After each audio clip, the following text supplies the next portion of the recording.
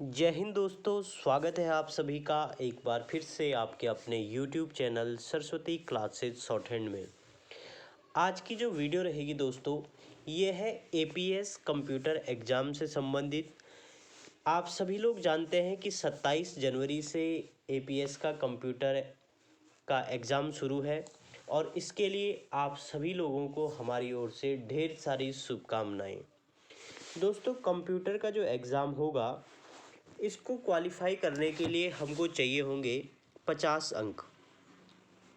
50 अंक लाने ज़रूरी हैं दोस्तों, और 50 अंक लाने के बाद ही हमारा कंप्यूटर का एग्ज़ाम क्वालिफाई होगा। तो कंप्यूटर का एग्ज़ाम क्वालिफाई करने के लिए हमें किन किन बातों को ध्यान में रखना होगा, कुछ बिंदु हैं जिनको हम ध्यान में रखेंगे तो बहुत ही आसानी से 50 नंबर हम ला सकते हैं।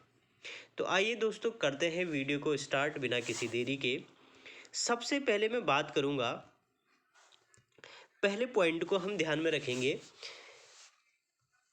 पहला पॉइंट क्या है कि जैसे हम टाइपिंग का एग्ज़ाम देते हैं, टाइपिंग का एग्ज़ाम होता है हमारा 10 मिनट का, और शॉर्ट हैंड का एग्ज़ाम जो डिक्टेशन होती है ये होती है 5 मिनट की। तो जब हम इस तरीके का कोई एग्ज़ाम देते हैं तो हमें अगर थोड़ा घबराहट हो गई तो घबराहट की वजह से क्या हो जाता है, पूरा एग्ज़ाम ख़राब हो जाता है। यानी कि टाइपिंग में आपको अगर 20 सेकंड भी घबराहट हो गई तो उससे आपकी पूरी टाइपिंग क्या हो जाती है, ख़राब हो जाती है। यानी कि आपको संभलने का मौका नहीं मिलता है टाइपिंग और शॉर्ट हैंड में। लेकिन जो कंप्यूटर का एग्ज़ाम है ये है हमारा 1.5 घंटे का, यानी कि 90 मिनट का हमारे पास एग्ज़ाम होने वाला है। तो इस 90 मिनट के एग्ज़ाम में अगर किसी समय, कई बार क्या होता है कि हमें बहुत सारी चीज़ें आती हैं लेकिन एग्ज़ाम में थोड़ा उसकी घबराहट की वजह से चीज़ें हम भूल जाते हैं। तो कंप्यूटर का हमारे पास 1.5 घंटे का टाइम है, पूरा पूरा टाइम है। अगर घबराहट होती है किसी समय तो थोड़ा सा अपने आप को 5 मिनट के लिए आप बिल्कुल रिलैक्स कर सकते हैं। 5 मिनट बिल्कुल रिलैक्स करके, या पानी पीना है, जो भी आपको रिलैक्सेशन के लिए चाहिए, 5 मिनट रिलैक्स कीजिए आंखें बंद करके। जो आपने अभी तक पढ़ा है, जो रिवाइज़ किया है, उसे रिकॉल करने का प्रयास करें, क्योंकि आपके पास टाइम पूरा है। अगर आप घबरा जाएंगे तो आपका एग्ज़ाम ख़राब हो जाएगा।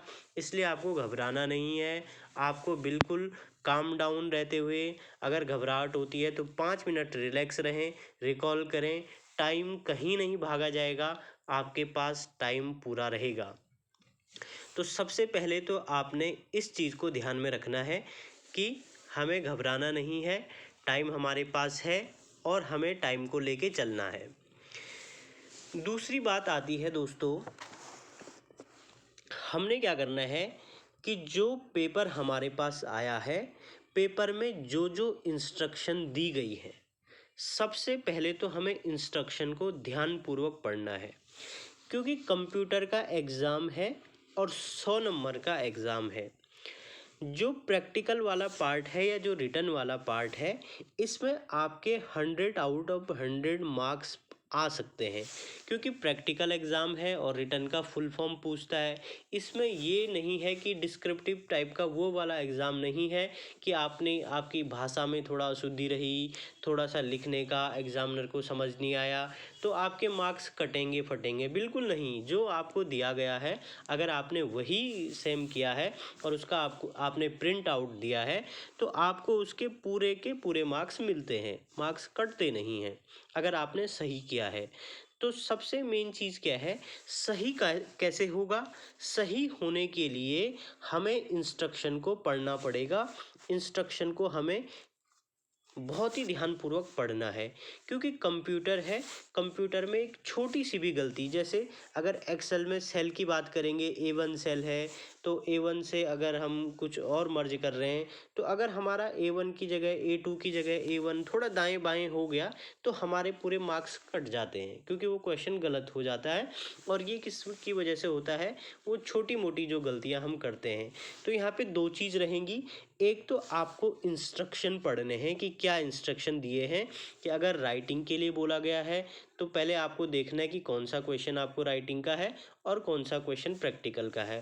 उसके बाद आपको क्वेश्चन पेपर को बिल्कुल ध्यानपूर्वक पढ़ते हुए एक एक क्वेश्चन को आपको तरीके वाइज करना है। आप इंस्ट्रक्शन जब पढ़ोगे, क्वेश्चन पेपर पढ़ोगे, तो जब कोई डाउट होगा आपका, तो अपने डाउट को आप एग्ज़ाम हॉल में, जो भी एग्जामिनर्स हैं, तो आपको कोई डाउट होगा, जैसे अभी यूकेपीएससी के द्वारा अपना नोटिफिकेशन जारी किया गया था जिसमें कहा गया था कि आप आंसर इंग्लिश और हिंदी दोनों भाषाओं में लिख सकते हैं। तो इस तरीके का डाउट काफ़ी लोगों को पहले था। तो बहुत सारी चीज़ें आयोग के द्वारा क्लियर नहीं की जाती हैं। तो अगर आपको लगता है कि किसी बिंदु पे आपको पूछना चाहिए, तो आप पेपर स्टार्ट करने से पहले बेझिझक अपने में जो आपका डाउट है उससे पूछ सकते हैं कि क्या हम ऐसे कर सकते हैं या ऐसे कर सकते हैं। इसको आप बेझिझक पूछ सकते हैं। उसके बाद हम बात करते हैं दोस्तों कि सबसे पहले जब आप पेपर अटेम्प्ट करोगे, तो पेपर वही क्वेश्चन आपको अटेम्प्ट करना चाहिए सबसे पहले जो क्वेश्चन आपको आ रहे हैं। जो क्वेश्चन आपको आ रहे होंगे आप उसको अटेम्प्ट करोगे, तो उससे क्या होगा कि वो बहुत जल्दी हो जाएंगे। यानी कि जो राइटिंग वाले क्वेश्चन हैं आपके 10 मिनट में हो जाते हैं। बाकी 80 मिनट या 70 मिनट आपके पास पूरे बचते हैं और उसमें आप अपने प्रैक्टिकल को बहुत बेहतर तरीके से कर सकते हैं। तो इसलिए मैं ये सजेस्ट करूँगा कि जो क्वेश्चन आपको पहले आता है, तो आपको पहले उसी क्वेश्चन की ओर जाना चाहिए। उसके बाद दोस्तों अगले जो बिंदु रहेगा हमारा, अगला बिंदु क्या है कि मैं आपको ये सजेस्ट करूँगा कि जैसे आपका 1.5 घंटे का पेपर है, तो अपने पेपर को 1.5 घंटे से पहले यानी कि 80 मिनट में या 70 मिनट में कंप्लीट कर दें। और उसके बाद जब आप प्रिंट दे रहे हों, तो प्रिंट देने से पहले एक बार प्रिंट प्रीव्यू ज़रूर चेक कर दें।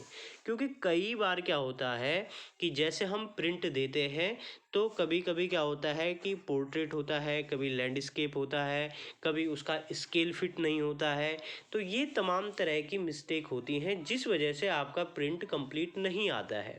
तो इस वजह से क्या होगा कि अगर आपका प्रिंट कंप्लीट नहीं आया, तो हो सकता है आपको मार्क्स ना मिले। तो आपको अपना जो है प्रिंटर जो है, बिल्कुल जब प्रिंट दोगे, तो प्रिंट प्रीव्यू में मार्जिन आपको प्रॉपर ध्यान रखना पड़ेगा कि कौन सा मार्जिन कितना हमें रखना है, लैंडस्केप में कर रहे हैं हम या पोर्ट्रेट में कर रहे हैं। ये सारी चीज़ें आपको प्रिंट देने से पहले ध्यान रखनी है। तो अगर आपके पास टाइम रहेगा, तो आप तुरंत देख सकते हो कि पेज कुछ कट तो नहीं रहा है। कई बार क्या होता है कि हम प्रिंट देते हैं और वहाँ पे सेलेक्ट कर लेते हैं कि जैसे जो सिलेक्ट रहता है डिफ़ॉल्ट में। जनरली क्या होता है कि A4 साइज़ का पेज ही आपके डिफ़ॉल्ट में सेट होता है। लेकिन कई बार जैसे होता है आपका कि पेपर कुछ और सेट हो रखा है, आप कमांड दे रहे हैं तो आपका कट जाता है। कई बार स्केल आपका बड़ा होता है। तो इस तरीके की चीज़ें आपको बिल्कुल ध्यान में रख के चलनी है। ये चीज़ आपको ध्यान देनी है, ये बहुत आवश्यक हो जाता है।